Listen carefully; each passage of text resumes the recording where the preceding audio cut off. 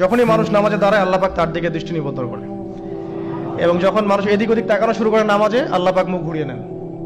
এমনও অনেক নামাজি আছে, নাউজুবিল্লাহ, আল্লাহ পাক আমাদেরকে তাদের অন্তর্ভুক্ত না করুন, যে নামাজ পড়ার পরে আল্লাহ রাব্বুল আলামিন এই নামাজটাকে ওই নামাজের মুখের উপর নিক্ষেপ করে দেয়। তোমার নামাজের আমার কোনো দরকার নেই। আল্লাহকে পেতে হলে নামাজ লাগবে, নামাজ নাই আল্লাহ নাই।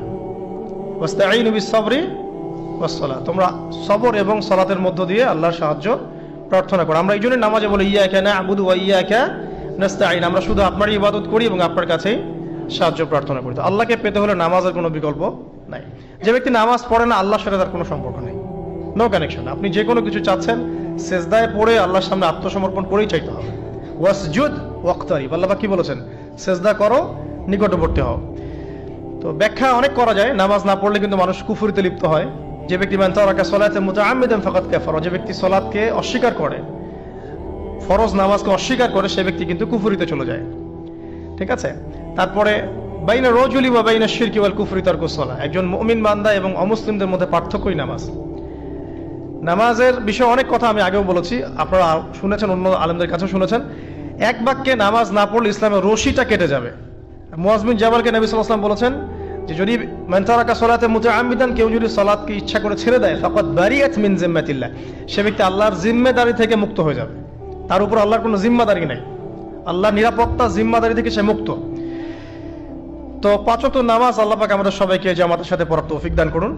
এর পাশাপাশি নফল নামাজ বাড়িয়ে দেওয়ার তৌফিক দান করুন, এবং স্পেশালি তাহাজ্জুদের নামাজ যদি পারেন, 2 রাকাত হলেও নিয়মিত তাহাজ্জুদের নামাজ পড়ার তৌফিক আল্লাহ পাক আমাদেরকে দান করুন। আর নামাজের বাহ্যিকতা নিয়ে এত বেশি ঝগড়ায় যাবেন না। এখন আমরা যত ঝগড়া নামাজের বাহ্যিকতা নিয়ে, হাত বাঁধা, রফুল ইয়াদাইন, আমিন আর পায়ে পা, এগুলো নিয়ে ঝগড়া শেষ আছে? নাই। ইসলামের বিরোধী শক্তিরা হাত ভেঙে ফেলার পায়তারা করে ফেলেছে অলরেডি। হাতই না থাকলে আপনি বাঁধবেন কোথায়? মনে করেন আপনার হাতই নাই, বাঁধবেন কি উপরে না নিচে? তো এই হাত তো ভেঙে ফেলার পায়তারা করা হয়েছে। এখন আপনি পড়ে আছেন বাঁধার কোন জায়গায় বাঁধবেন সেটা নিয়ে, অথচ পুরো বৈশ্বিক চক্রান্ত মুসলিমদের বিরুদ্ধে হাতটাই ভেঙে ফেলে দিবে। তুই বাঁধবি কোথায় হাত? তারপর দেখবো। এটা আমরা বুঝতে পারি না। এটা বোঝার জন্য যে জ্ঞান, ইলম, নূর দরকার, তা তো নাই আমাদের মধ্যে। এই জন্য আপোষের ঝগড়া নিয়ে পড়ে আছি। যে ছোটখাটো যে ইখতিলাফি মাসআলাগুলো চলে আসছে দীর্ঘদিন থেকে, এগুলোর কোনো সমাধানে আসতে পারবে না কিন্তু কেউ। পক্ষে বিপক্ষে কথা চলতেই থাকবে কিয়ামত পর্যন্ত, ওইগুলো নিয়ে আমরা ব্যস্ত আছি। তো আমি রিকোয়েস্ট করবো, নামাজের আধ্যাত্মিকত্বের দিকে ফোকাস করেন। নামাজের আধ্যাত্মিকত্ব কি? আপনি আল্লাহর সামনে দাঁড়িয়েছেন, দুনিয়ার সাথে এখন আপনার কোনো সম্পর্ক নেই, আপনি এবং আল্লাহ, মাঝখানে কিছু নাই। নামাজে যা পড়ছেন, সূরা ফাতিহা, অন্যান্য সূরা, রুকু, তাসবিহ, সিজদা, তাশাহুদ, দরুদ, অর্থ বোঝার চেষ্টা করেন এবং অর্থের দিকে ফোকাস করেন, আল্লাহকে পাবেন ইনশাআল্লাহ। সিজদায়, রুকুতে যখন যাচ্ছেন, আপনি চিন্তা করেন যে আপনি মহাবিশ্বের মহা শক্তিধর আল্লাহ রাব্বুল আলামিনের সামনে মাথা নত করেছেন। আপনি চিন্তা করেন যে আল্লাহ আপনাকে দেখছেন। এখন যখনই মানুষ নামাজে দাঁড়ায়, আল্লাহ পাক তার দিকে দৃষ্টি নিবদ্ধ করে, এবং যখন মানুষ এদিক ওদিক তাকানো শুরু করে নামাজে, আল্লাহ পাক মুখ ঘুরিয়ে নেন। হ্যাঁ, নামাজে ওই যে আমরা যে ডিজিটাল নামাজ পড়ি না, এখন ডিজিটাল মানে 4 রাকাত নামাজ 4 মিনিটে শেষ। এক রুকু করলে সেজদা পাওয়া যায় না, সেজদার তাসবিহ পড়লে আবার এদিকে দেখা যায় যে দ্বিতীয় সেজদায় চলে গেছে অলরেডি ওঠার আগে। অনেক ক্ষেত্রে ইমাম সাহেবরাও খুব দ্রুত নামাজ পড়ান, অনেক দ্রুত পড়ান। এত দ্রুত নামাজ পড়াবেন কেন? নামাজ জামাতে পড়লে সংক্ষিপ্ত করতে বলা হয়েছে, কিন্তু এত দ্রুত তো পড়তে বলা হয়নি। এখনো দেখবেন মক্কা মদিনায় গিয়ে নামাজ দেখবেন, মাশাআল্লাহ, নামাজটা তাদের মাশাআল্লাহ, এটার প্রশংসা না করলে হক আদায় হবে না। নামাজটা অসাধারণ, ধীর স্থির ভাবে। ফজরের নামাজ 20 মিনিট, 15 মিনিট, 20 মিনিট পড়াচ্ছে নামাজ, রিল্যাক্স। নামাজে দাঁড়ালে চমৎকার তেলাওয়াত হচ্ছে, আপনি ভুলে যাচ্ছেন নিজেকে। তেলাওয়াত হবে চমৎকার, এবং সবচেয়ে ভালো যিনি তেলাওয়াত করতে পারেন তাকে নামাজে দিতে হবে। রিল্যাক্সে নামাজ পড়বে। ক্ষেত্র বিশেষে আপনি শর্ট করতে পারেন, কিন্তু সব সময় কেন আমরা 4 রাকাত নামাজ 3 মিনিটে শেষ করে দিব? আবার নামাজের পর দোয়াটা হবে লম্বা, অথচ নামাজটাই ছিল দোয়া, নামাজটাই কিন্তু দোয়া।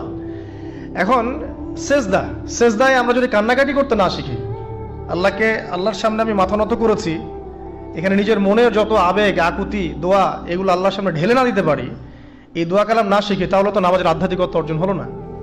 সাহাবীরা কেমন করে নামাজ পড়তেন যে নামাজ পড়ার পরেও তাদের গা থেকে তীর বের করা যায়?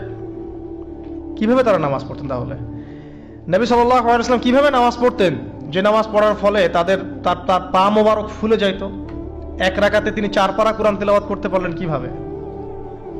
তো তাদের নামাজ আর আমাদের নামাজ, আল্লাহ রাব্বুল আলামিন তার রাসূলের মাধ্যমে একটা হাদিসে জানিয়েছেন যে এমনও অনেক নামাজি আছে, নাউযুবিল্লাহ, আল্লাহ পাক আমাদেরকে তাদের অন্তর্ভুক্ত না করুন, যে নামাজ পড়ার পরে আল্লাহ রাব্বুল আলামিন এই নামাজটাকে ওই নামাজের মুখের উপর নিক্ষেপ করে দেয়, তোমার নামাজের আমার কোনো দরকার নেই।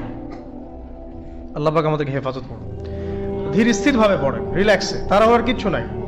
ওমা খালাকতুল জিন্না ওয়াল ইনসা ইল্লা লিয়াবুদুন, শুধুমাত্র আল্লাহর ইবাদত করার জন্যই তো পৃথিবীতে এসেছি।